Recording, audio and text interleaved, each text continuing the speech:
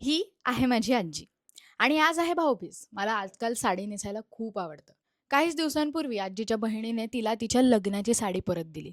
आजीने ती तिच्याकडे अशीच ठेवायला दिली होती आणि आज मी ती साडी नेसणार आहे. 52 वर्ष जुनी आजीच्या लग्नातली साडी. हे आहेत आजीच्या लग्नाचे काही फोटोज. ही आहे ती साडी. किती सुंदर आणि 52 वर्षानंतरही ती इतकी नवी कोरी दिसतीये. किती शाईन आहे बघा त्याला. ही आहे माझी आजी, जिच्या लग्नाची साडी मी आज नेसणार आहे. कशी किती कुठून घेतली या होती साडीला 52 वर्ष झाले.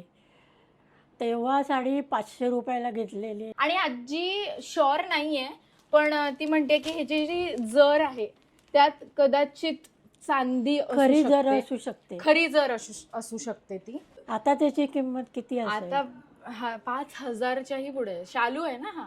हो 5,000च्याही पुढे असेल. आणि आजीचं ब्लाऊज हे मला आता येतंय. त्या काळचं हो. सगळं जपून ठेवलेलं आहे. माझ्या लग्नाच्या वेळेस सोनं 300 रुपयाचं होतं. तेव्हा मला आईने 10 तोळे सोनं दिलं होतं. तेव्हा स्वस्ताई खूप होती. लग्न पण स्वस्त झालं तेव्हा.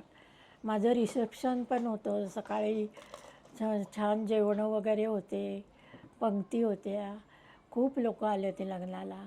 आणि आजीचं लग्न संध्याकाळी एकदम थाटामाटात केलं आणि होतं. लग्नाला आणि त्या काळचे आता फोटोज पण आहेत. म्हणजे अल्बम आहे आमच्याकडे 3 अल्बम ते आहे, 4 2 अल्बम्स. अल्बम आहे. सासरचा एक अल्बम आहे, माहेरचा अल्बम आहे, आजी महाबळेश्वरला ट्रिपला पण गेली होती. त्याचा वाईला. पण अल्बम आहे. आणि रिसेप्शनला गोल्ड स्पॉट ठेवला होता आम्ही.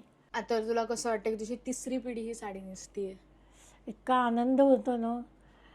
मी नेसली, माझ्यानंतर माझी नात नेसते. मला खूप आनंद होतो.